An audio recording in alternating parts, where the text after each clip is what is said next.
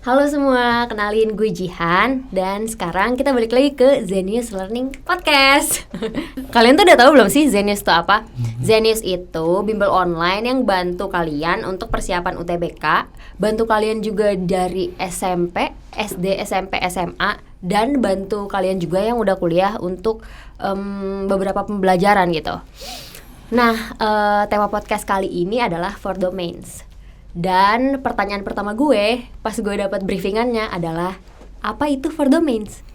Mari kita tanyakan langsung ke master tutor di depan gue. Siapa duluan Mas? Lu dulu. Kalau gue for domain Earth, Wind and Fire jadi 70-an banget lagu ya. Lu udah for domainnya for domain of knowledge ya, lebih tepat ya. Okay. For domains of knowledge, yes. Iya, jadi gini. Jadi kan gini. Konsep dari UTBK dan AKM ya, UN barunya tuh AKM itu basically kan fokus pada penalaran, bukan hafalan ya. Fokus pada penalaran bukan hafalan. Oke. Terus latihannya gimana nih? Ya latihan-latihan yang ada standar udah ada lah ya. Kita punya di Zenius tuh ada di download. Kalau download lo lihat ada Zencore-nya, ada playlist untuk video belajar segala macam, ada. Oke, tapi yang jauh lebih penting untuk meningkatkan ini itu sebenarnya, dan bukan cuma buat ujiannya doang ya, tapi juga seumur hidup lah seharusnya ini kepake, adalah bahwa all this penalaran apa segala macam kemampuan berpikir itu harus nyata di keseharian gitu. Nah, salah satu caranya adalah latihan emang dengan ya diskusi, berdebat dan sebagainya untuk solving problems, kayak nganalisis masalah, kayak ngobrolin apapun deh gitu ya, bisa diobrolin dalam konteks latihan bernalar gitu. Nah, karena nanti ya pastinya seumur hidup lo akan bernalar gitu kan. But to be honest, gue ngelihat ketika pada melakukan hal ini gitu, gue melatih dong untuk mereka diskusi, debat segala macam lah.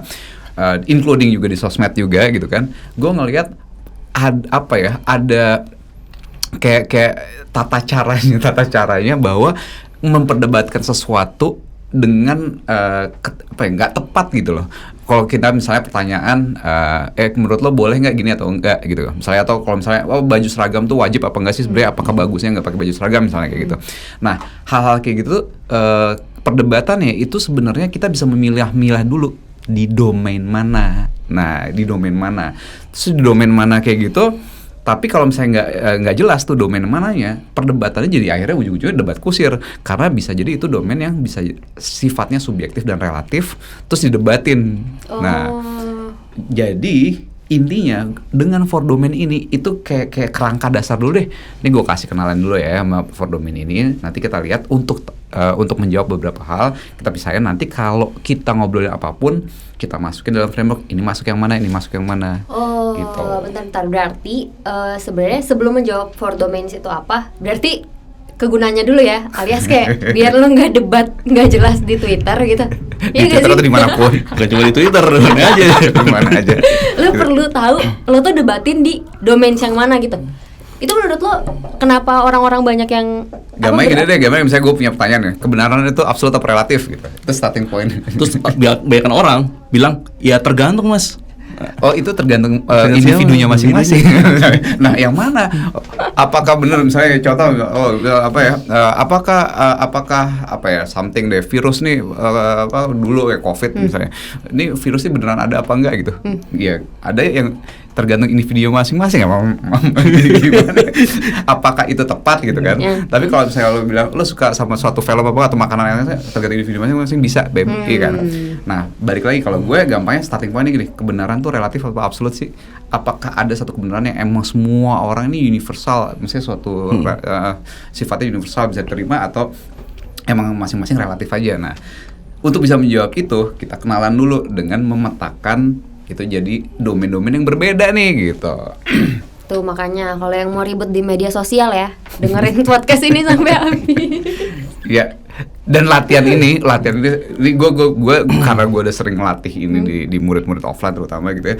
Latihan ini itu signifikan banget improving ketika lo ngerjain soalnya juga ngaruh sih. Jadi bukannya ini itu buat apa gitu segala macam, efeknya sepanjang hidupnya ada gitu kan. Tapi gue bisa janji pas ngerjain soal percaya sama gue itu ngaruh gitu. Tapi gue sedikit ini sih, kan tadi lo niatnya mengklasifikasikan dulu ya, 4 apa yang mau didebatin, terus debatnya ke arah mana. Karena menurut gue itu aja satu skill, lo mengklasifikasikan sesuatu.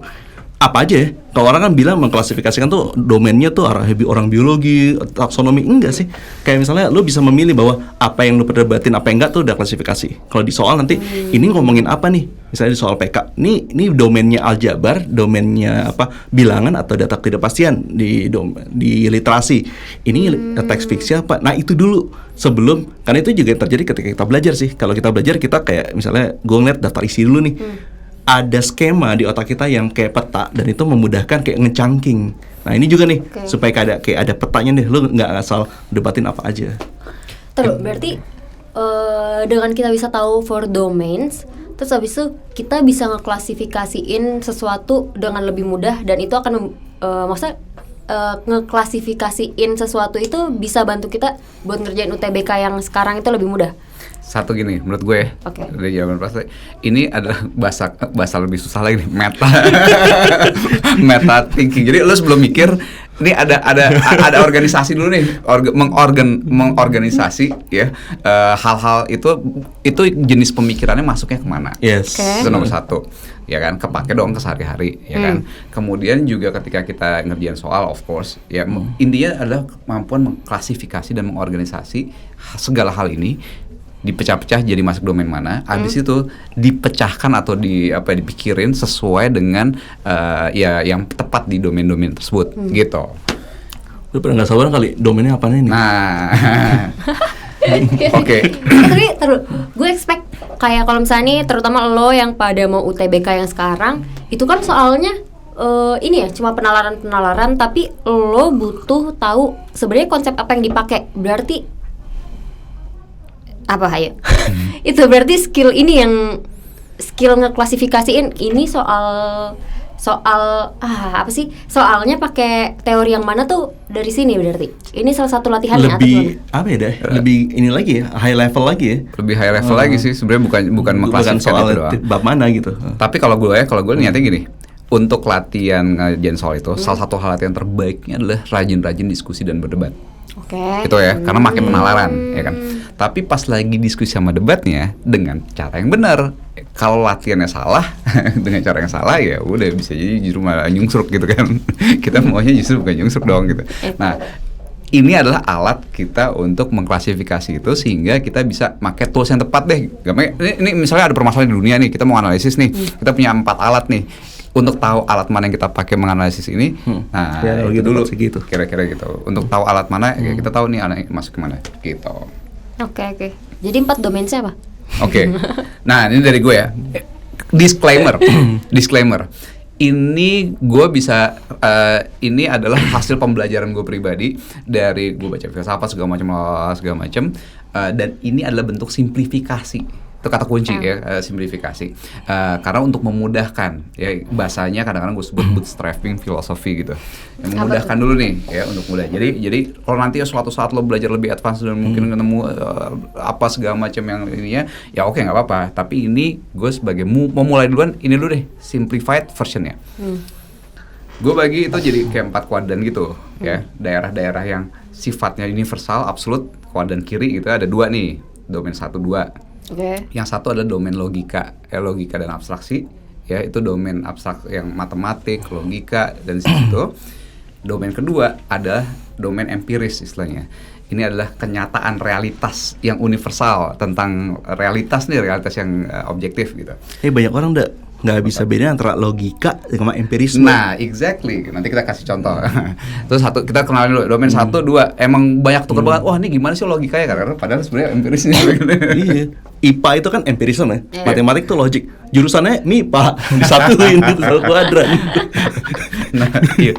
Dan dulu ilmu pasti itu gua. Aduh. Nah, jadi domain 1 nih ini daerah yang universally objektif, bisa kebenaran daerah sini relatifly mutlak lah nanti gue bilang. Nah, habis itu ranah ketiga 4 ya di sebelah kanan, misalnya gue sebutnya sebelah kanan aja.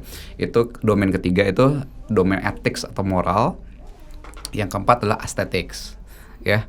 Domain ethics atau moral, estetik. Yang keempat aesthetics. Nah, ini sifatnya subjektif, sifatnya relatif dari masing-masing individu gitu. Berarti kiri absolut, kanan relatif. Yang kiri absolute, relatively absolute. Jadi yang kiri, nih atas ya, paling atas itu yang domain 1 itu absolutely absolute. Oke. Jadi totally absolute. Kebenaran itu mutlak adanya secara universal. Bahkan kalau ada alien pun menemukan logika akan menemukan logika yang sama. Oke. Jadi Pi di galaksi Andromeda pasti nilainya Pi aja nih gue pakai karena itu Greek ya. Pasti 3,14 bla bla bla. Iya. Euler pasti 2,18. Tapi kenapa lo bisa yakin alien juga akan menemukan hal yang sama? Nah, itu dia serunya ya. Itu dulu absolute absolute. Akan kita jawab. Tapi kita big picture dulu. Absolute yang bawahnya kan masih absolute juga nih. Tapi kita sebutnya relatively absolute. Nah, yang nomor 1 itu domain yang abstrak, logika yang universal, bisa universally acceptable lah gitu. Yang kedua, ini tentang objective reality. Artinya objective reality realitas yang nyata nih di apa bahasa itu domainnya science loh. Empirisme kan dari Kant sama Descartes ya kalau di sejarah. Dia ngeliat bahwa ya lu lihat realita apa adanya gitu, nggak terpisah dari apa yang ada di pikiran kita. Walaupun kadang-kadang itu agak subjektif. Makanya tadi levelnya di bawah itu kan subjective reality. Misalnya nih cahaya nih, gue bisa ngeliat benda di sini kan ada cahaya. Tapi kalau warna cahayanya beda, gue ngeliat warnanya juga beda dong. Nah tapi apakah itu membuat itu sangat-sangat seperti geser ke domain kanan? Nggak juga deh. Karena ya gue sama sabda sama lo, kalau misalnya retina kita fungsinya normal, kita ngeliat hal yang sama. Nah itu yang dibatasin lah, ada bingkai batasnya gitu. Jadi nomor 2 tuh objective reality. Objective reality. Jadi kita belajar tentang objective reality nih, realitas yang ada. Kita sebutnya relatively absolute. Kenapa kita sebut relatively absolute? Karena itu tadi ada keterbatasan dalam bagaimana kita mencerap realitas, mencandra realita itu pasti ada. Dengar kata mencandra apaan artinya? Candra tuh apa ya? Mencerap bahasa Indonesia. Memakai panca indera, mencandra. Memakai panca indera untuk melihat realita, mengenali realita gitu. Nah, karena kan pasti ada keterbatasan alat, mungkin keterbatasan ini, segala macam, dan bisa jadi keterbatasan data juga ya. Misalnya kita bilang yang paling terkenal kan semua angsa putih gitu kan. Apakah tepat kita bilang semua angsa putih? Iya, so far selama ini kita ngeliat Australia ya, sebelum lo main ke Australia, lo gak akan lihat semua angsa putih gitu. Begitu ke Australia baru lah. By the way, gue ketemu beneran Black Swan gue beneran ketemu akhirnya pas ke sana. Iya, gue kaget juga. Beneran ada nyata. Nah, sampai sebelum ke Australia ya semua angsa putih gitu. Tapi pas di sana ada. Nah, karena bisa jadi kekurangan data selama ini kita nemuin semua angsa putih, iya, tapi belum tentu kita pasti nggak akan dapet angsa yang lain selain putih gitu kan. Jadi itulah domain empiris. Berarti karena gue boleh nyimpulin gini gak ya? Kan kalau misalnya gue nggak tahu sih. Science tuh kalau misalnya lo mau ambil, gue lupa banget. Kalau misalnya lo mau ambil sesuatu tuh lo ambil hipotesis dari sampel kan? Iya. Enggak populasi. Hipotesis itu kan dugaan sementara lo akan kayak gini nih dari observasi kan. Nah hipotesis diuji dengan eksperimen atau dengan observasi lainnya kan gitu.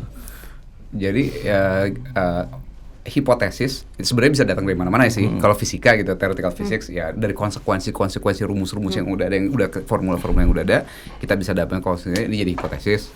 Habis itu harus dicek lagi, tapi bisa juga dari data nih, dari data banyak kita ambil kesimpulannya kira-kira generalisasi gini gitu. Contoh yang bagus nih tentang sains tuh cerita tentang si Einstein sama Eddington. Einstein tuh ngeluarin ide bahwa cahaya tuh bisa belok. Lo bayangin cahaya bisa belok dengan gravitasi, tapi buktinya gimana gitu. Nah ternyata ada kesempatan ketika ada gerhana matahari. Bintang-bintang itu posisinya kan fix ya, agak fix lah kalau diibaratin berapa puluh tahun. Terus dipotret nih, terus ternyata betul posisinya geser. Nah jadi itu Einstein itu bilang bahwa cahaya itu bisa dibelokin oleh gravitasi. Dulu orang nggak ada yang percaya ya, kayak sama itu kan realitasnya tuh yang dipercaya orang saat itu karena belum ada datanya, belum ada alatnya. Nah puluhan tahun kemudian dibuktikan ternyata bener nih. Itu theoretical physics. Nah, artinya realita kita bisa aja bukan realita ya. Apa ya enak ya? Persepsi kita tentang realita bisa berubah dengan adanya tools baru, cara kita ngelihat, permodelan baru. Nah, pertanyaan yang penting sih beda dengan yang pertama deh. Nah, yang itu. Kan tadi kan bisa berubah nih science. Gue biasanya pertama gini dulu, gue kasih contoh. Ini contoh standar banget, gue pakai berulang-ulang dan gue akan memakai contoh ini lagi karena menurut gue penting banget. Misalnya gue punya premis, ya punya pernyataan pertama nih. Semua yang hidup di air adalah ikan. Oke, ya premis pertama. Premis keduanya adalah paus hidup di air, ya kan? Premis kedua paus hidup di air. Kesimpulannya apa berarti? Yang pertama semua yang hidup di air adalah ikan. Oke, paus adalah hidup ikan. Paus adalah ikan, ya kan? Secara logik masuk dong, valid kan? Iya. Logically valid, semua A adalah B. Kalau paus adalah A, berarti dia B dong, ya kan? Secara logik itu valid nih. Oke. Nah, tapi apakah kesimpulan paus adalah ikan itu benar? Enggak. Nggak masuk, ya kan? Kenapa bisa nggak benar? Karena ada premis nomor 1 yang salah. Semua yang hidup di air, ya bukan ikan dong. Iya, bener-bener. Nah. Berarti, sorry gue potong. Gue tuh kepikiran, kan maksud gue kan belajar psikologi. Terus habis itu cara kita meneliti kan kayak ambil sampel ya pasti, karena manusia nggak mungkin kita ambil semuanya gitu. Terus gue mikir, berarti bisa jadi kita sebut itu sebagai relatif karena kita cuma ambil sampel gitu. Maksudnya bisa aja ada anomali di populasi gak sih? Atau gimana maksudnya? Ya itu lebih ke ranah ini sih, saya outlier atau pencilan pasti ada ya. Tapi kalau ini kan kita ngecek premis tuh. Ketika ranah logika, misalnya kenapa logika tuh enak banget dikerjain emang matematik logik kan? Karena emang disprovingnya langsung kelihatan. Tapi kalau misalnya lu pakai itu untuk bikin premis semua, ya kayak tadi sabda lagi, premisnya gimana? Kayak tadi kan semua hidup di air adalah ikan. Premis itu dicek dulu sebelum kita ngambil validitas. Iya. Nah, ini gue mau breakdown satu-satu nih step dulu. Pertama, untuk bedain dulu antara domain 1, 2 nih. Yang fundamental, yang nomor 1 tadi yang abstrak, logik abstrak. Semua hidup di air kan, paus adalah paus hidup di air, kesimpulan paus adalah kan, itu logical structure-nya aja. Ya. Domain 1 itu urusannya dengan struktur logikanya. Apakah struktur alur berpikirnya aja. Nah, itulah ranah-ranah logika ya, verbal logic lah atau mathematical logic, ya matematik juga. Itu adalah ranah-ranah abstrak yang emang kebenarannya bisa kita, dengan definisi yang kita punya, ya kebenarannya kita bisa langsung uji di situ gitu. Secara abstrak aja, secara logika aja gitu. Nah, itu domain pertama nih. Jadi yang tadi secara domain 1 logis istilahnya atau valid penalarannya. Jadi kata yang tepat di situ bukan benar salah tapi valid atau invalid penalarannya. Karena ini bicara tentang struktur penalaran. Nomor 2, ada kesalahan kan tadi kan di dalam premis pertama, semua itu salah tuh premisnya. Nah, di bagian kedua ini adalah datanya, premis tentang realitasnya gitu. Nah, di domain 2 itu urusannya apakah statement atau apa framework sesuai dengan realita gitu. Bahasa kerennya associated with ini ada apa ya, beneran sesuai dengan realita nggak gitu. Itu datanya. Nah, jadi bisa jadi orang tuh logiknya udah bagus bener, tapi kalau datanya salah ya kesimpulannya bisa salah. Nanti berpikir bisa salah. Atau sebaliknya, datanya dia benar tapi logik bernalarnya salah, ya bisa juga salah juga. Logik itu termasuk juga model matematikanya gitu. Nah, untuk menjawab pertanyaan lo yang tadi, yang mana nih pertanyaan gue? yang psikologi tadi, sampel tadi, ya kan. Nah, bisa aja logiknya segala macam ya, tata cara jurusannya oke lah benar. Tapi di situ sampel datanya begini, akhirnya itu jadi hipotesis yang di-generalize. Kita assume bahwa semua manusia kayak gini misalnya. Nah, itu adalah memang metodologi di bagian empiris, ya di domain empiris itu. Apakah sampel itu cukup? Apakah udah merepresentasikan? Dari situ kita bisa bilang bahwa ini reliable, hipotesis bisa jadi teori gitu kan, seberapa reliable bisa berlaku semuanya. Nah, itu metodologi yang untuk emang di bagian domain empiris tadi, untuk seakurat mungkin kita punya data tentang realitas dan bisa digeneralisasi segala macam. Itu bagian 2 gitu. Joknya ini sih, kalau misalnya tadi ya, sampel data itu apakah mencerminkan realita gitu. Lu bayangin ngirimin kuesioner untuk tahu pertanyaan satu, apakah Anda suka mengisi kuesioner? Terus lu data kuesioner yang balik, lu BPD bilang, wah 100% orang tuh suka jawab kuesioner. Dari mana? Nih, buktinya balik ke gue. Nah, realita kan orang bilang, valid dong logika gue kan, gue udah ngirim dan begitu. Tapi menyerpikan realita nggak? Ya kagak suka, kagak ngirim, bodo amat, buang tempat sampah. The best contohnya. Bener sih. Gitu.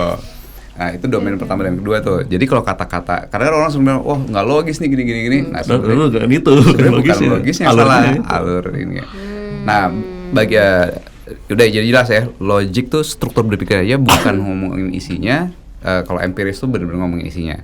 Nah, biasanya kalau science biasanya campuran butuh keduanya dong, ya kan, pasti butuh logika juga dalam ini. Contoh misalnya fisika, ya memakai matematika gitu, ya memakai domain satunya gitu, domain logik dan matematiknya, tapi harus sesuai dengan realitasnya nih gitu. Jadi scientific thinking itu ya basically memakai logik dengan kemampuan untuk mengambil data yang akurat sehingga bisa digeneralisasi dan diambil konsekuensinya berikutnya. Tuh domain 1-2. Boleh istirahat dulu gak ya? Pusing. tapi akan sangat menyenangkan ketika masuk 3-4. Oke. Domain 3-4 nih. Nah, domain 3-4 tadi kan yang di sebelah kiri tadi adalah semua yang moral absolut. sama estetik ya. Yang kiri absolut, yang kanan adalah relatif nih, domain relatif nih. Domain 3 adalah moral atau ethics, etika ya. Yang keempat tuh aesthetics. Nah, yang tadi ya gue lupa. Domain 1 tuh cenderung disebutnya valid invalid penalaran. Terus kalau domain benar salah, empiris benar salah. Data itu benar atau salah, fakta itu benar salah. Nah, di domain 3 nih ya, di daerah estetik, di daerah ethics dan moral ini itu ngomongin soal apa yang boleh nggak boleh, baik buruk gitu kan, baik nih hal yang baik untuk dilakukan dan buruk yang dilakukan. Nah, ini sifatnya kita sebutnya paling atasnya absolute relatif. Jadi absolute relatif tuh ya pokoknya total relatif tergantung dari ya udah kesepakatan individu lah, kesepakatan jadi masyarakat segala macam. Gitu. Sama guru cium tangan. Wah, itu valid tuh. Nah, itu yang orang sering salah. Ini bener nggak sih anak-anak diajarin cium tangan? Nah, itu tadi yang kita omongin masalah domainnya aja udah beda gitu. Ketika lu mau ngedebatin hal-hal yang benar salah, itu masalah etika. Itu kata-kata benar salah itu masalah empiris. Lu mau nyari pembuktian di alam, apakah ada alien yang cium tangan gitu. Jadinya aneh kan ketika ngeliat pakai bukti empiris semua itu. Itu tuh tepat banget tuh. Jadi kan suka bertanya, wah itu benar nggak sih kalau misalnya ini wajib cium tangan gitu. Benar nggak sih kalau misalnya anak-anak boleh untuk ngotot sama guru atau bahkan ngemok gurunya misalnya gitu. Nah, kata pilihannya aja sebenarnya nggak tepat tuh, benar salah. Itu daerah empiris nih. Di sini kan baik buruk atau boleh nggak boleh lah at least gitu. Nah, itu ranah moral tuh. Nah, itu sifatnya kan relatif tadi, absolut relatif. Jadi sebenarnya kita bisa perdebatkan nanti landasannya apa nih, mana yang baik buruk dan sebagainya. Ya sebenarnya kesepakatan dengan tujuannya lo mau kemana. Tujuannya ke sini. Oh, berarti sebenarnya kalau misalnya lo mau ribut nih di medsos itu harusnya yang ketiga gak sih? Domain ketiga yang diributin. Justru itu kadang-kadang di medsos nih sebenarnya kita lagi ngomongin sesuatu fakta diperdebatkan seakan-akan itu relatif. Padahal untuk hal-hal yang relatif lah, terus fakta secara empiris itu belum kepisah dengan tepat dulu nih, belum dipetain dengan benar. Apa ya yang di Twitter tuh ini masalah bahasa. Kalau di Jawa itu ada bahasa Jawa tuh ngoko sama romo inggil. Sama orang tua tuh nggak boleh bilang koe gitu. Nah, itu kan kalau misalnya bener atau salah, ya ada keluarga yang mungkin manggil, ya kalau mungkin nggak banyak di Indonesia ya, kalau di lingkungan akademik, kampus Amerika manggil nama, kampus Jepang manggil sensei, Jerman manggil Herr. Jadi ya lu salah tempat di kampus Jepang manggil nama depan, lu dipelototin sama profesor lu. Tapi apakah itu benar atau salah? Ya domainnya beda. It's different domain dude gitu. Ini lo ya jaka sembung gitu. Jadi berarti harusnya jawaban yang tepat adalah kayak boleh kalau lo di daerah sini gitu berarti ya? Atau gimana? Kadang-kadang itu ditarik ke ranah science. Tergantung vaksin atau enggak, atau virusnya ada atau enggak. Jadi sesuatu yang ranahnya tadi yang relatif ditarik jawaban itu ke science. Nanti gue jawab ya. Kita mengenalkan dulu nih. Pokoknya ini bagian relatif absolut relatif. Yang keempat relatif itu ada domain aesthetics. Itu apa sih? Kalau baik buruk, kalau ini apa? Bagus jelek apa? Nah, by the way, gue mau nanya sama lo. Absolutely relatif sama relatif lebih relatif yang mana? Lebih relatif yang absolut. Iya. Karena banyak yang mikir relatif tuh lebih kuadrat. Relatif kuadrat. Enggak, absolut relatif tuh lebih relatifnya absolut gitu. Jadi benar-benar relatif banget. Exactly. Jadi totally relatif. Sedangkan yang keempat itu aesthetics itu relatif. Artinya bahwa kenapa kita pasang itu relatif? Karena gimana pun juga, nah ini beda domain, tapi beda cerita. Ini ketika human itu evolve ya, kita gimana pun juga ada evolusi kita yang membuat kita punya tendensi ya untuk ngelihat yang bagus, yang jelek tuh yang kayak apa. Jadi ada pengaruh itunya. Tapi menurut lo itu universal nggak sih? Oh enggak, nah itu perdebatan antara psikologi dengan antropologi kalau itu. Antara psikologi dan Kalau yang antropologi. relatif bilang kayak absolute relatif tuh beauty is in the eye of beholder gitu. Tapi ada yang set universal cakep. Set universal. Ada set universal mau sukunya apa pokoknya ya ini cakep lah. Yang Gue cuma tahu beauty is pain. yang pasti ya secara yang konsisten ya sangat-sangat relevan adalah pemandangan apa sih yang bagus itu relatif ya so far relatif universal. Pemandangan yang bagus itu apa? Hah? Relatif universal. Lo kalau nonton kan cari itu. Betul, lo cuma lihat jalanan doang gak sih?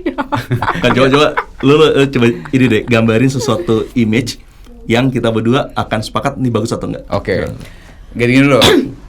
Lo bayangin di desert apa gurun, padang pasir gurun gitu kan, ada ya pokoknya ada angin-angin sand dune apa sih kayak gitu, ada pasir. kaktus kecil dikit nyebarnya dikit jauh-jauhan gitu, warnanya coklat segala macam, ada kadal gurun, beneran itu ada Real kadal gurun jangan disingkat ya.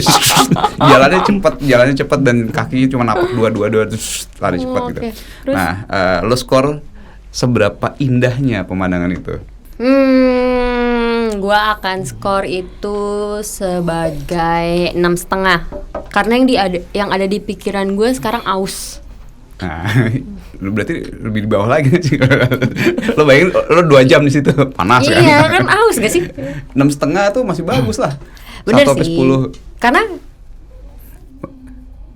mungkin karena gue suka jalan-jalan, ngeliat jalanan. Lo berapa pras? Aduh. Sama sih, karena survival eksistensi gue harus dipertahankan itu 2 karena gue nggak mungkin survive di situ. Iya bener sih, gue terlalu baik kali ya. 2 tadi pras. 2. Oke. Gue tau lo 10 pasti bilangnya. Enggak lah, 3. Lah, tapi kan lo suka. Kata siapa? Gue gak suka gurun. Ntar lu ya, apa gue bego ya? Nah, Kemungkinan besar iya. tapi bagus Cuma- tuh ketika Jian bilang apakah gue bego? Itu kan pertanyaannya, nah bukan scale bahwa Exactly. ada yang Lu dikasih jadi contoh yang salah. Lah, itu bagian nomen 4. Lo mau ngelihat itu bagus Nggak jelek segala masalah. macam, Oh, iya. that's your call gitu kan, nggak ada urusan lo bilang. Tapi 10, jangan-jangan bilang gue 2. terlalu baik makanya gue bilang 6,5. Soalnya gue pikir kalau lu suka gurun, why not? enggak juga. Nah itu dia. Sekarang Gue pikir jalanan yang lo maksud gak sih? ini gue bilang gurun lagi orang Gua nggak Breaking tahu. Bad tuh, Breaking Bad mana gitu. Bayangin lah kira-kira kering lah segala macam gitu. Nah sekarang satu lagi nih ya. Ini pemandangan, lo bayangin ada danau gitu kan tenang gitu kan, danau tenang, terus kemudian pohon-pohonan, ada jalur hijau, terus ada jalan bertapak gitu kan. Ya mungkin di situ lo ada kelihatan ada apa deer apa sih? Itu rusa kecil lah gitu lagi makan segala macam, enak segala macam kayak gitu. Tapi nggak ada singa kan? Nggak ada singa. Jadi Oke. pokoknya intinya lo ngeliat hijau apa gini, ada gunung dikit di atas di jauhan gitu. Cuacanya ya normal ya, cuaca normal, enak-enak, dingin adem. 1 sampai 10 skor berapa? Kayaknya kayak ginian tuh gue kasih 8,5, berarti gue harus mau nggak mau gue harus revisi yang tadi. Ya udah yang tadi berapa? Jadi 4. Oke, lo plus. Dan ini 8,5. Tambah kabut 10. Tambah kamu 10. Lah, ya seharusnya lo yang jelasin ini plus, tapi gue. Nah, jadi basically cara human untuk melihat beauty itu salah satu dipengaruhi dengan survivability-nya dia, chance of survivability mereka di tempat tersebut.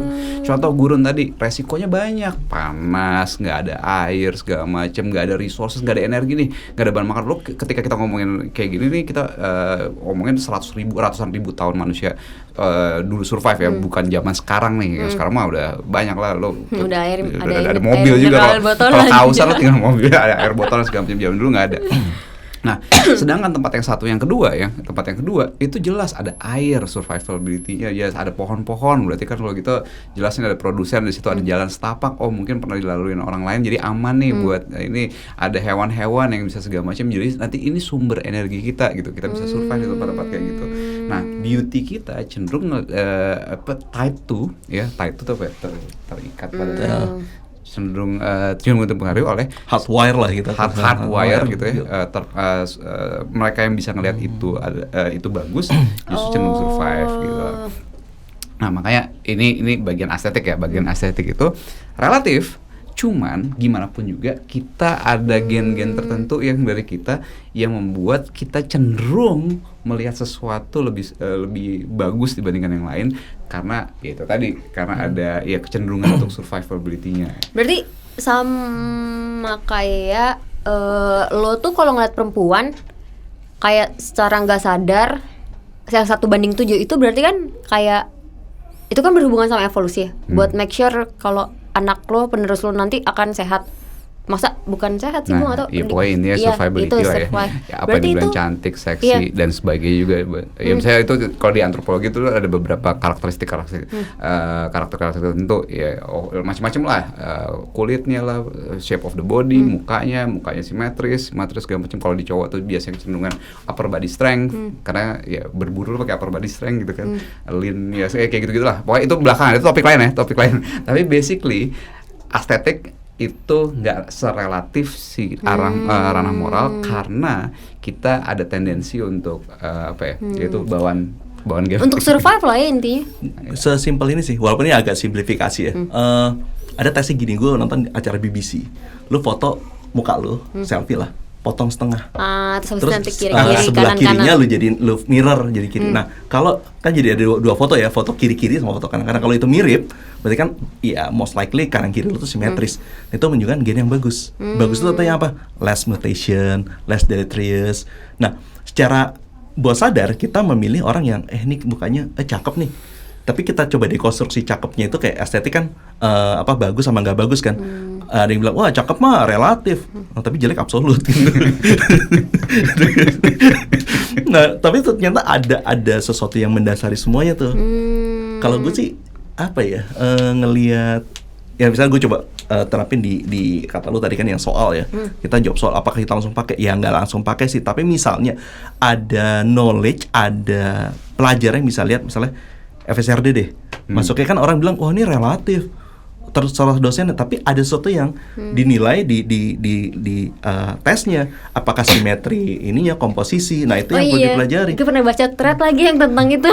Lo tau gak sih? Terus yang mana? Yang lukisannya kayak gini-gini gitu. Iya, ada anak lukisannya bagus banget. Cuma ternyata gak lulus kan. Terus habis itu diomongin kayak, terus habis itu yang kayak ngerti lukisan dia bilang kayak ini kesalahan lo tuh di sini harusnya lo bisa bikin. Ya, itu pun bisa diperdebatkan. Dan anehnya ketika misalnya ranah sains lah, tes sains, so ada yang ngomong gini, ya ini anak-anak dididik untuk menjawab apa yang dosennya atau gurunya mau. Lah bukan mau gue, proton itu hidrogen protonnya 1, bukan mau gue. Nah itu ya ranahnya beda sama lukisan tadi gitu. Seakan-akan gue ngasih jawaban ini maunya gue. Ya realitanya bilang bahwa karbon itu isotopnya 12 sama 14, gue nggak bisa nentuin lagi kan. Gitu. Nah jadi kenapa? Lu mau nanya apa? Gue mau nanya berarti kayak kan banyak banget nih yang bilang kayak ini nih kecantikan tuh social construct, keindahan tuh social construct. Berarti itu nggak sepenuh, maksudnya susah juga dibilang bener ya? Atau ini yang harusnya diperdebatkan? Sebelum kita masuk sana, gue mengkonklud dulu nih. Tadi 4 domain isinya itu ya. Ada logika, totally abstrak, bener valid invalidnya totally universal, bisa kita ini dan bisa alien pasti menemukan matematika yang sama, mungkin simbolnya beda dan mungkin basisnya beda. Tangan kita 10, siapa tuh jari 3 gitu, jadi 6. Mereka bisa ke bumi aja pasti pakai logik yang exactly math yang sama. Emang iya ya? Kenapa orang bisa yakin? Gue nggak tahu beneran. Gue bego banget guys. Karena itu matematik tuh dibangun dari definisi-definisi itu. Ketika mereka mendefinisikan hal yang sama, pasti akan dapetnya sama, gitu. Kayak definisi pi tadi kan, perbandingan antara keliling lingkaran dengan diameter lingkaran. Jadinya 3,14 sekian. Ada yang bilang alam semesta hancur, math tetap ada. Iya, exactly. Enggak, tapi maksud gue tuh kenapa gitu? Emang nggak bisa apa di planet alien dia kayak 1 tambah 1 jadi 5 gitu atau enggak? Definisinya. Gue nggak ngerti. Definisi 1 apa? Kan lo kalau sekarang mikir 1 itu 1 buah mungkin. 1 apa? Kan kalau ini bukan nggak harus terkait sama si buahnya itu atau si batu ini. Definisi 1 segini 1. Ya misalnya 1 lagi segini. Definisi tambah adalah ini tambah ini. Ya akan selalu jadi, kalau simbolnya dia 2-nya pakai angka 2 itu ya akan 1 tambah 1 akan 2 dimanapun dong. Oke, tapi gini, jadi misalnya di planet alien nih 1 tambah 1 tetap 2, tapi bisa aja simbolnya beda. Iya, simbolnya beda. Tapi kalau misalnya yang kayak hal-hal di empiris gitu kan kita tahu itu dengan scientific nah, itu method. domain kedua makanya Iya. nggak universal. Itu objective reality. Tapi mereka punya gak scientific method? Punya pasti. Untuk Tapi pencandaan hal yang sama realita kita Pencandaan. pakai mungkin namanya beda, mungkin stepnya juga beda. Tapi ya it's all same. Observe sesuatu, lu bikin dugaan, lu coba-coba, hasilnya lu lihat. Cocok nama realita. Tapi bisa jadi realita yang ada di planet manusia sama planet alien tuh beda gitu. Misalnya G-nya beda. Ya, Apa? gaya Oh, iya, gravitasinya beda, iya, besar iya, gayanya benar, beda. benar. Misalnya, banyak hal yang beda pasti. Ya, kemungkinan besar banyak hal yang beda. Tapi nanti kalau mereka masuk ke fundamental physics bisa jadi sama. Kimianya bisa jadi sama. Kimia bisa jadi sama. Makin dibilang fundamental kan. Makin banyak makin fundamental gitu. Makin sama. Kimianya deh, unsur-unsur pasti sama lah gitu. Cuman komposisinya mungkin beda di planet itu sama planet kita. Itulah objective reality gitu. Kalau matematik ya udah pasti simbolnya doang yang beda. Warna daun. Kita hijau kan kebanyakan kan. Geser aja berapa kilo ke luar atau ke dalam, mungkin Oh, warnanya iya. biru. Iya. Karena energi yang ditangkap sama tanamannya yang paling efektif Oh, panjang gelombang segini. Iya, benar. Di planet Avatar misalnya itu, oh biru ya karena mungkin jaraknya beda. Buat mereka biru itu warna daun, buat kita hijau warna daun. Gitu. Jadi matematiknya pasti sama. Kalau sains ya bisa jadi ada perbedaan-perbedaan gara-gara konteks planetnya, ukuran planetnya segala macam. Nah, tapi tetap sama-sama objektif reality yang kita lihat satu nih. Kalau kita datang ke planet itu, apakah kita akan menemukan sains yang sama? Yes, likely ya. Kemungkinan besar ya. Paling simbol yang beda. Gitu. Kalau dia datang ke bumi, likely sainsnya akan mendapatkan ya udah pengetahuan tentang bumi akan sama kita kemungkinan besar. Itulah universalitas dari kedua domain. Makanya namanya universe. Uni satu, hiji. versi, satu versi. Universal, satu versi gitu. University. Apa tuh? Apa tuh? Goblok banget gue. Bajunya Siti bukan. University. Uniqlo. Sekarang berarti di domain ketiga ya? Domain Oh ya, moral. Oke. Ya itu basically kalau dari gue sih ngeliatnya gini, domain moral itu tempat di mana ini agak panjang dikit ya kalau dipanjangin, tapi gue singkatnya gini. Basically moralitas kita itu sebenarnya berevolusi juga nih. Ya, makanya ada tradisi, norma-norma segala macam di mana cenderungnya itu ada aturan-aturan tak tertulis gitu kan di tradisi-tradisi di kultur-kultur yang berbeda yang again lagi-lagi emang membantu kita untuk survive.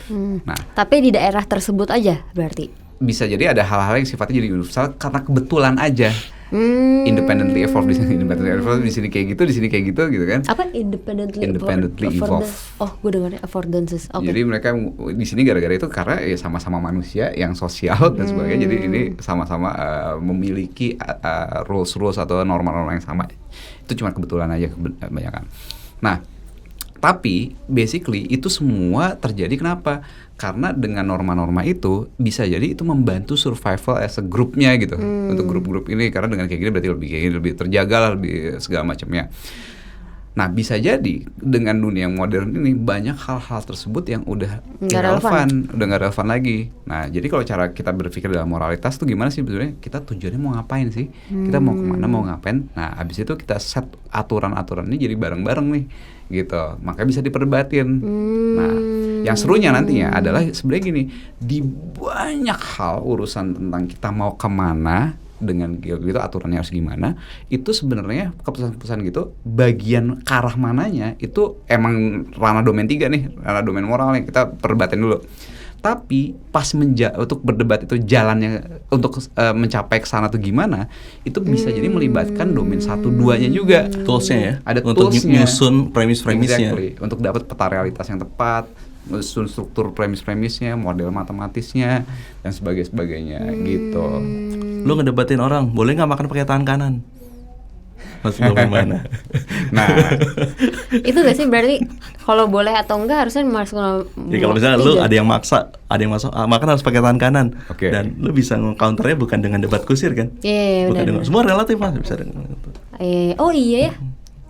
Apakah Terus gue kita harus- bisa dikonstruksi juga, kenapa nih untuk for the practice of our mind lah, kenapa ya timbul bahwa kebanyakan itu dextra, bukan sinistra.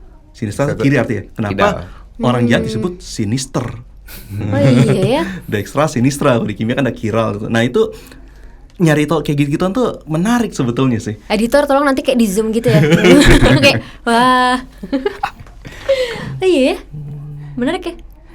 Iya, jadi ada perdebatan yang kayak gitu, ya kita bisa ya pisahin kan, oke boleh apa enggak, tapi abis itu contoh gampangnya gitu deh, misalnya gitu, perdebatan gampang deh, apakah kita harus pakai baju seragam di sekolah misalnya, apakah mendingan baju bebas saja gitu, ya kan? Nah sekarang kita debatin dulu tujuannya mau apa. Kenapa nih tujuannya mau apa nih? Biar apa nih? Berarti moral. Ya itulah ranah moral kan. Perdebatan nih, ranah moralnya apa? Oke, intinya sih kita pengen misalnya ya tujuannya yang satu pengen tujuannya adalah membuat anak-anak ini gimana pun perkembangannya itu sebaik mungkin, seoptimal mungkin lah selama di sekolah gitu. Misalnya kayak gitu satu. Yang satu ternyata enggak nih. Oh, intinya supaya kita nggak terjadi ada kelas-kelas sosial di dalam sekolahan misalnya kayak gitu. Yang bisa gue debat yang mana? Yang nomor 1 gak? Nah justru itu bisa jadi nih ada 2 orang. Yang satu punya tujuan untuk mengoptimalkan perkembangan si anak, yang satu lagi intinya adalah membuat kelas sosial itu nggak kerasa di sekolah. Tapi tujuannya itu nggak diomongin. Perdebatannya Jadi otoritatif doang. Ya, ikut kata gue aja. Yang satu ya pokoknya ini berdebat mau seragam apa enggak doang. Peraturannya mas. Nah itu kalau dengan state tujuannya itu kita udah beda lah ya. Terus susah juga ya ngomongin, maksudnya kayak debat terus habis itu kayak di pikiran gue X, di pikiran Pras Y, di pikiran lo Z, nggak akan ketemu dong. Kalau tujuannya kita nggak ketemu ya justru itu kita harus balik berdebat ke level tujuannya. Kenapa tujuan lo itu, kenapa tujuan gue gini, karena menurut gue ini penting. Sampai kita sepakat dulu nih tujuannya benar-benar bisa kita sinergiin, baru bisa gitu. Tapi nih by the anyway ya, ini kan kita ngomongin dari tadi tuh kayak tata cara debat ya gak sih? Kayak ini debat 101. Tapi sebenarnya kira-kira buat anak-anak yang nonton dan mau UTBK itu kira-kira kenapa sih mereka tuh penting apa ya? Kenapa sih mereka tuh harus menonton podcast ini gitu? Kalau gue sih gampangnya gini deh, bagi gue tuh ngerjain TPS, logik murni, penalaran tuh bagus ya, ujian dengan penalaran. Tapi latihan soalnya itu kadang-kadang ya capek. Lu coba belajar untuk bernalar tuh nggak harus lewat soal doang. Bernalar tuh bisa ada cara yang asik loh untuk lo latihan ini sehari-hari kapanpun lo bisa. Ya debat aja gitu, diskusi, debat segala macam. Asal dengan cara yang tepat itu bisa ngelatih banget. Justru malah ini yang kepake banget gitu. Cara ngelatih yang ini yang menurut gue, kalau ini murid-murid offline gue dulu bilang, Zenius tuh kalau di kelas tuh ngaruh, belajarnya enak segala macam. Iya, tapi yang bikin gue pintar tuh ngobrol-ngobrolnya di diskusi dan debat di luarnya tuh, itu bisa jadi lebih ngaruh. Nah ini gue pengen ngelatih supaya lo ada cara ini loh untuk latihan untuk bernalar gitu kan. Cuman lakuin dengan benar. Kalau dilakukan dengan benar itu efektif. Kalau enggak ya udah nyungsep juga gitu. Gitu. Ya latihan debat itu kan orang menstigmatisasi debat itu kayak ngotot-ngotot kan berantem. Tapi semisal deh lo lagi belajar hal-hal yang kayak debating hal yang kecil aja, kayak misalnya nih Indonesia selalu dibilang ada yang debat kan agak ekstrim. Wah harusnya kita nggak usah merdeka dari Belanda nih, kita bisa dapat visa Schengen gitu ke Eropa. Terus ya sesimpel itu komentar terus lu punya opini beda. Jangan deh, udah gue nggak usah ngomong, ntar pada kesinggung. Nah kan biasanya kan kayak gitu kan, sebutin aja. Menurut gue sih tetap harus merdeka sih. Loh kenapa? Nah lu ngebangun premis, latihan bikin argumen, terus nggak baperan lah gitu. Nanti ketika ya gue nggak langsung narik ke bikin soal ya, atau ngerjain soal, tapi ketika lu lagi membuat pikiran lu lebih rapih lah, mikirnya lebih rapih. Ketika ada problem, lu jadi keikut ngerjain soal atau apa, jadi tak dulu gue mikir gini kenapa? Lu mengakses diri lu sendiri. Nih gue kenapa ya kayak gini mikirnya. Nih misalnya ada sesuatu nih, gue ke-trigger banget masalahnya. Terus lu bisa nggak langsung itu. Kenapa gue ke-trigger? Oh ternyata ada value gue. Value berarti masuk mana nih domainnya? Oh domain yang moral ini gue pegang. Terus kenapa gue berpegang pada moral ini? Bukan lantas kayak wah gue kesinggung karena moral gue value moral gue keganggu gitu. Kan ada sisi konservatif, sisi liberal. Dan ini juga, jadi gini, lo secara psikologis gitu ya. Sebenarnya kan kita tuh mikir tuh, ya oke, mikir benerannya tuh pakai rasional, ya rasional. Tapi energinya untuk mikir sebenarnya emosional. Energi lo untuk mau mikir ke sana gitu kan, itu sebenarnya emosional gitu. Jadi kalau misalnya lo TPS tuh ya rasional murni, nggak ada emosinya, ya soal-soalnya kayak gitu, latihan soalnya gitu, lo nggak emotionally invested bahasanya gitu. Sana ya bisa jadi lo nggak memakai kayak the whole potential of otak lo bukan. Tapi bedakan dengan cuma memakai otak 15% ya, bukan itu maksud gue. Jadi otak lo nggak bener-bener kebangun. Ada episode lagi itu. Nah basically dengan kita pilih topik yang seru dan kemudian emotionally invested, itu jadi bisa lebih semangat, lebih tajam dan energetik juga melakukan hal ini. Nah, terus balik lagi nih, ini tata cara pertama. Jadi kalau kita berdebat, bagusnya kita tahu nih domain perdebatan ini ada di mana, ya kan? Ini domain 2 apa domain 3, domain empiris nih, kita bisa lihat nyata faktanya. Kalau emang itu adalah domain kedua, bisa jadi itu bukan perdebatan ya, tinggal cari aja faktanya gimana. Kalau dulu bisa jadi debat karena kita nyari buku pintar. Oh. Iwan Gayul, sungai terpanjang di dunia Mesir apa Amazon. Sekarang lo tinggal googling aja. Beres. Menghilangkan itu tuh tradisi debat-debatan sosok anak SD itu. Tapi masih banyak tahu ternyata sekarang. Padahal sebenarnya nggak usah debat begitu, tinggal cek aja gitu. Nah, yang domain 3 nih yang seru, domain 3 atau domain 4 ya, itu bisa seru nih perdebatan itu. Nah, tapi yang tadi lagi, gue balik lagi ke contoh kasus gitu kan. Contoh kasus tadi pelajar tuh gimana sih bagusnya seragam apa enggak? Let's say kita sepakat deh, yang membuat kita sepakat tujuannya itu kita pengen anak-anak sekolahan itu harus optimal mungkin perkembangannya. Nah, berarti kalau mau seoptimal mungkin kita mau, let's say tujuannya dia punya jadi critical thinkers, jadi kreatif dan segala macam. Nah, ini itu akan ditarik ke domain 2. Balik lagi, berarti kalau gitu di bagian ini ya kita bisa jawab dengan domain 2. Peta realitasnya akurat nggak? Emang beneran nggak kalau itu bisa membuat orang kayak gitu? Ya bener nggak? Gitu? Testing against reality. Yes, gitu. Nah, jadi kita mau tujuannya gimana, itu perdebatan moral gitu kan. Kita debat tuh kalau gitu tujuan ini menurut gue bagus ini, bagus itu, oke. Tapi ketika tujuannya kita udah temuin, jalan yang menuju sana bagusnya lewat jalan yang mana, balik domain 2, datanya gimana, realitasnya gimana, dan cara lo nyampe dan bangun premis argumen tuh rapi nggak domain satunya? Domain satunya. Ya, rapi nggak lo bangunan argumen jika lo? ini maka ini, jika itu maka ini, kalau gini dong. Atau model matematisnya kalau emang perlu di modelin secara matematis gitu. Jadi itu bisa kepake total semuanya gitu. Wow. Nah, by the way ini perkenalan ya tentang domain ini. Nantinya kita akan banyak banget ngasih contoh-contoh. Ya sekarang belum, nggak sempat karena baru pengenalan. Yes. Tapi nantinya kita akan ngasih contoh perdebatan apa yang bisa seru, ya kan? Sebelum nanti latihannya adalah kita latihan nih metain ada di mana. Dan juga bisa jadi gue kasih. Nanti lo kalau download di Zenius.net tuh kan kita punya download soal banyak tuh. Di situ udah mulai juga deh gue bikin soal-soal gue. Biasanya bukan soal sih, alat topik debat. Jadi bisa kerja kelompok untuk latihan debat. Nah, latihan-latihannya itu nanti dengan pengetahuan nih lo petain dulu ke domain mana, and then bisa ngelakuin debatnya bisa lebih mantap gitu. Mantap. Jadi kesimpulan yang bisa gue dapat dari podcast kali ini adalah ada 4 domain kalau lo mau debat sama orang. Yang pertama itu masalah valid atau enggak. Itu tuh berhubungan sama logika. Terus habis itu yang kedua itu berhubungan sama empiricism. Dan pertanyaannya adalah benar atau salah. Iya gak sih? Terus habis itu yang ketiga itu moral atau ethics. Dan pertanyaan yang harusnya dipertanyakan adalah boleh atau enggak. Dan yang keempat itu estetik. Pertanyaannya adalah bagus atau enggak. Nah, tapi dalam kayak di 3 dan 4 itu biasanya akan tarik-tarik dari domain 1 dan 2 gitu. Makanya kenapa kita perlu pelajarin semuanya, dan kita perlu tahu kalau misalnya emang beneran debat. Dari tadi gue ngomong debat mulu. Kalau misalnya emang beneran debat, kita harus tahu domain yang mana yang kita lagi debatin gitu. Ya gak sih? Kayak gitu gak sih? Ya oke lah. Mendekati. Itu doang kesimpulan gue, bego banget ya. Kenapa? Deh, tambahan dari gue terakhir. Gue baca itu di Basham, buku Critical Thinking. The willingness to having a different kind of thought and debating is the true quality of friends.